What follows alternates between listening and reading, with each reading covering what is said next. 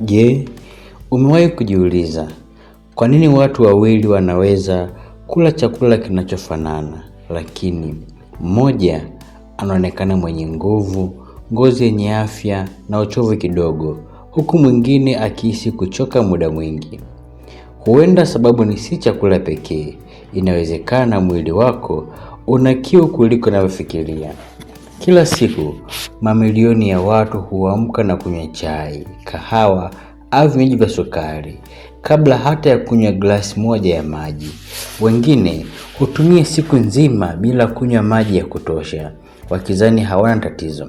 Lakini mwili unaweza kuanza kutuma ishara kimya kimya: uchovu, maumivu ya kichwa, kushindwa kuzingatia, ngozi kukauka au mkojo kuwa wa njano sana. Sasa fikiria hali ingekuwaje kama ungeanza kunywa maji ya kutosha kila siku kwa siku 30 mfululizo? Je, ngozi yako ingebadilika? Nguvu zako zingeongezeka? Au mmeng'enyo wa chakula ungeimarishwa? Na je, ni kweli maji yanaweza kusaidia kupunguza uzito? Leo tutafuatilia safari ya mwili wako kuanzia siku ya kwanza hadi siku ya 30. Lakini kumbuka, kunywa maji pekee si tiba ya kila tatizo la afya, na kunywa kupita kiasi pia kunaweza kuwa na madhara. Hivyo, hakikisha unatazama hadi mwisho, kwa sababu nitakueleza pia makosa ambayo watu wengi hufanya wanapoongeza unywaji wa maji kupita kiasi. Kama unapenda maudhui ya afya na elimu pamoja na maarifa, bonyeza alama subscribe kisha kengele pembeni yake ili usikose video nyingine za kiafya kama hizi. Tuanze kuangalia maji kwa nini ni muhimu. Mwili wa binadamu una kiasi kikubwa sana cha maji. Maji husaidia kusafirisha virutubisho, kudhibiti joto la mwili, kulainisha viungo, kusaidia figo, kuondoa taka na kuhakikisha seli zinafanya kazi vizuri. Kila unapotoa jasho, kukojoa au hata kupumua, unapoteza maji. Ndiyo maana ni muhimu kuyarejesha mara kwa mara.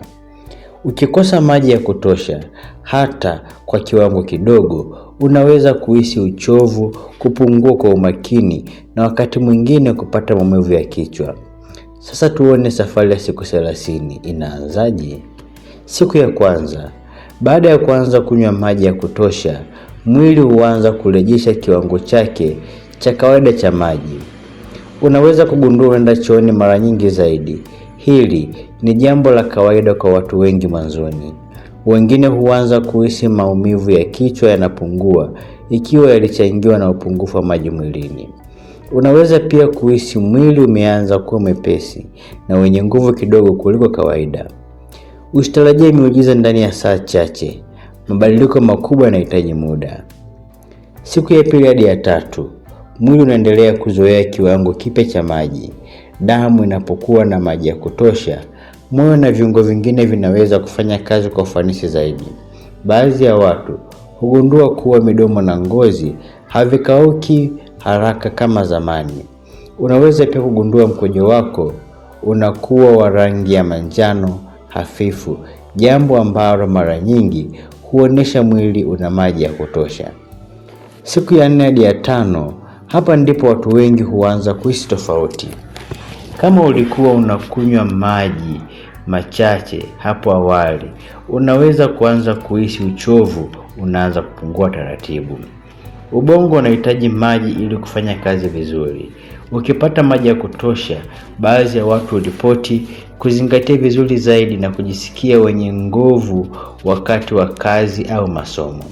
Hata hivyo, kumbuka kwamba uchovu unaweza kusababishwa na mambo mengi.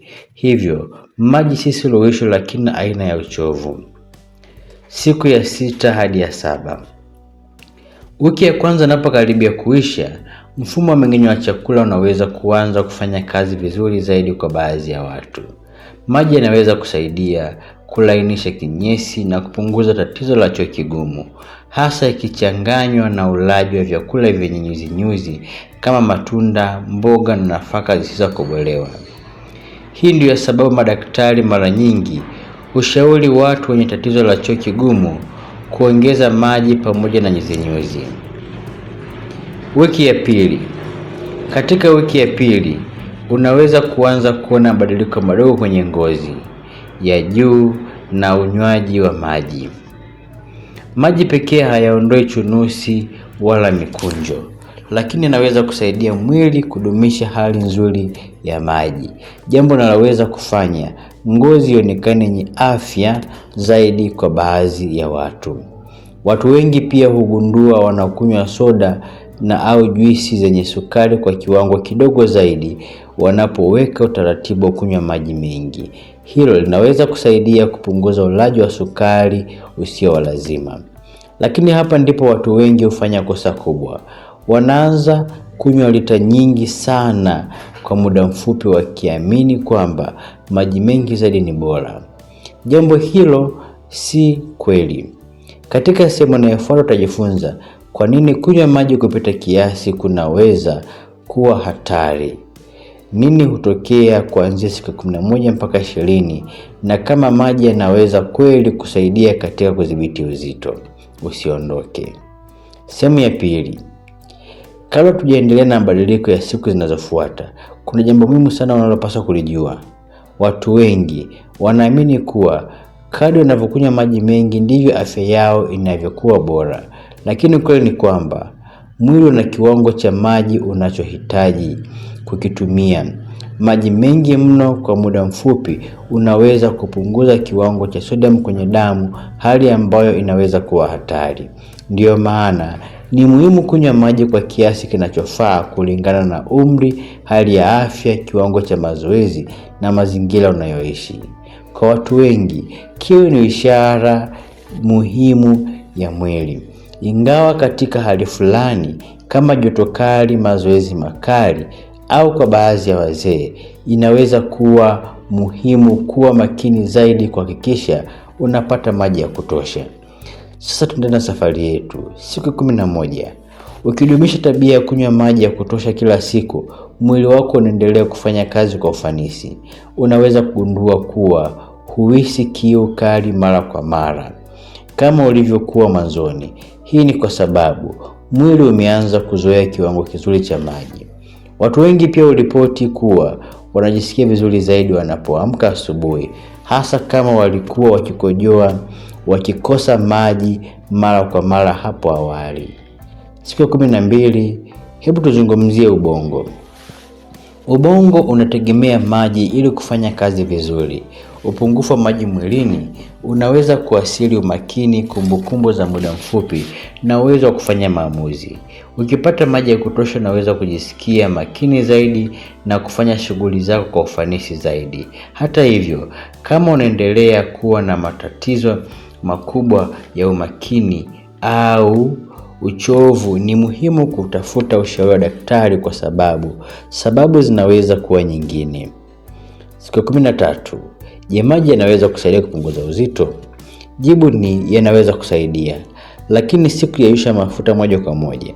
Maji hayachemi mafuta, badala yake inaweza kusaidia kufanya ujisikie umeshiba kwa muda mfupi kabla ya mlo, kubadilisha vinywaji vyenye sukari nyingi, kusaidia mwili kufanya kazi zake za kawaida pamoja na michakato ya kutumia nishati. Kupunguza uzito kunahitaji mchanganyiko wa lishe bora, mazoezi, mtindo wa maisha na chakula chenye afya. Siku 14. Katika hatua hii unaweza kugundua kuwa mkojo wako una rangi ya manjano hafifu maradufu. Hii mara nyingi ni ishara ya kwamba mwili wako una kiwango kizuri cha maji.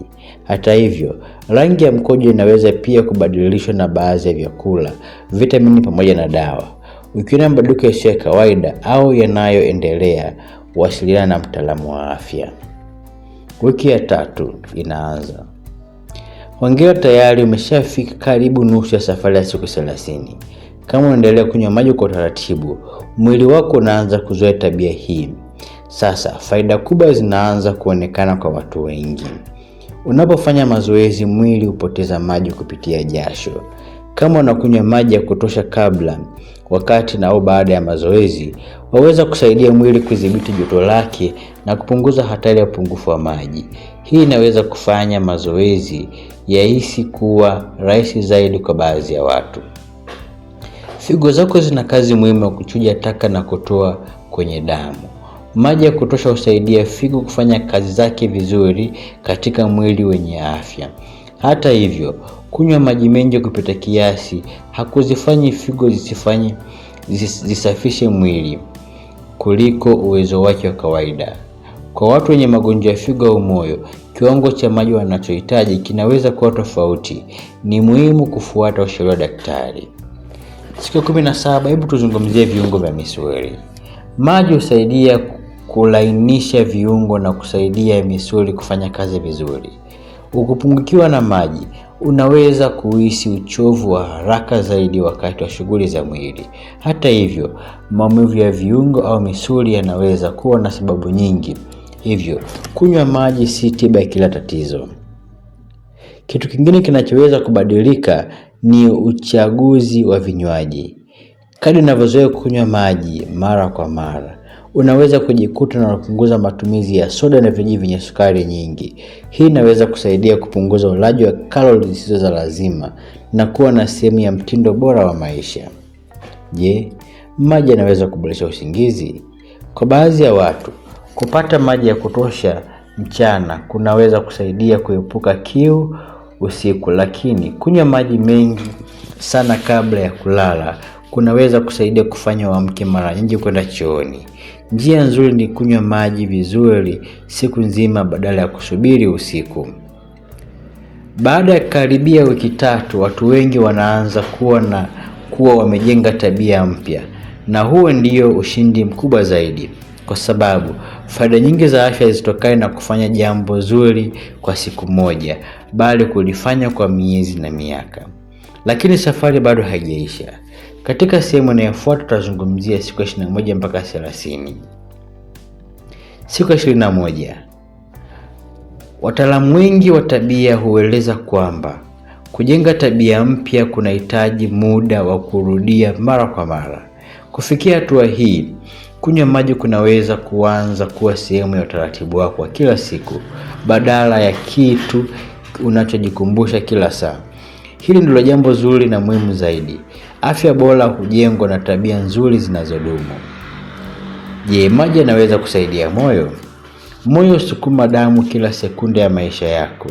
Ukiwa na maji ya kutosha, mwili unaweza kudumisha ujazo wa damu unaofaa na kusaidia mfumo mzunguko wa damu kufanya kazi kwa ufanisi. Hata hivyo, kunywa maji mengi hakuzuii moja kwa moja magonjwa ya moyo.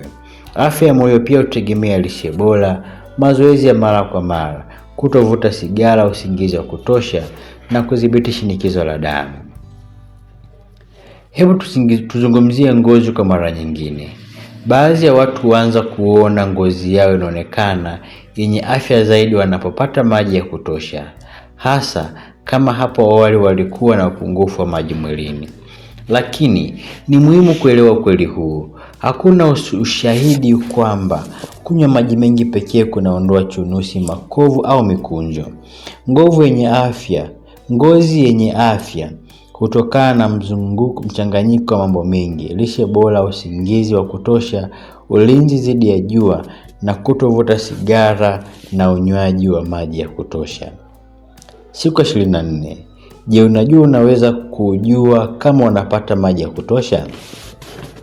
Baadhi ya dalili zinazoweza kuonyesha mwili wako na maji ya kutosha ni pamoja na mkojo wenye rangi hafifu ya manjano, kuhisi kiu mara chache zaidi, midomo kutokauka mara kwa mara, kujisikia mwenye nguvu na uwezo mzuri wa kuzingatia.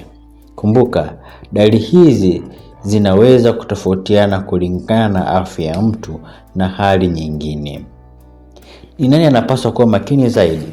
Baadhi ya watu wanahitaji ushauri wa daktari kabla ya kutumia kiasi cha maji. Watu wenye magonjwa ya figo, watu wenye matatizo ya moyo, wanaotumia baadhi ya dawa kama zile zinazoongeza au kupunguza utoaji wa maji mwilini. Wazee na watoto wadogo ambao wanaweza wasihisi kiu kwa urahisi. Kama una mojawapo ya sababu hizi, zungumza na mtaalamu wa afya kuhusu kiasi cha maji kinachofaa. Makosa makubwa ambayo watu wengi hufanya. La kwanza, kusubiri hadi wahisi kiu kali ndipo wanywe maji. La pili, kunywa glasi nyingi kwa mkupuo badala ya kugawa maji kwa siku nzima. La tatu, kufikiri kila mtu anahitaji kiwango kile kile cha maji. Mahitaji hutofautiana kulingana na uzito, shughuli za mwili, hali ya hewa na afya ya mtu. La nne, kubadilisha karibu maji yote kwa soda au vinywaji vyenye sukari nyingi. Siku 27. Njia rahisi za kuongeza unywaji wa maji. Anza siku kwa glasi moja ya maji. Tembea na chupa ya maji unapokuwa kazini au safarini. Kunywa maji badala, kabla au pamoja na mlo. Ongeza kipande cha limao, tango au nanasi kama unapenda ladha tofauti bila kuongeza sukari nyingi. Kumbuka, kunywa maji zaidi unapofanya mazoezi au ikiwa kwenye mazingira ya joto. Mabadiliko madogo yanayofanya kila siku huleta matokeo makubwa baada ya muda fulani. Hebu tupinge imani potofu. Si kwamba kunywa maji mengi husafisha sumu zote mwilini. Mwili tayari una mfumo wa asili wa kuondoa taka kupitia figo, ini na viungo vingine. Maji husaidia viungo hivyo kufanya kazi zake vizuri, lakini si dawa ya kuondoa sumu zote kama inavyodaiwa mara nyingi.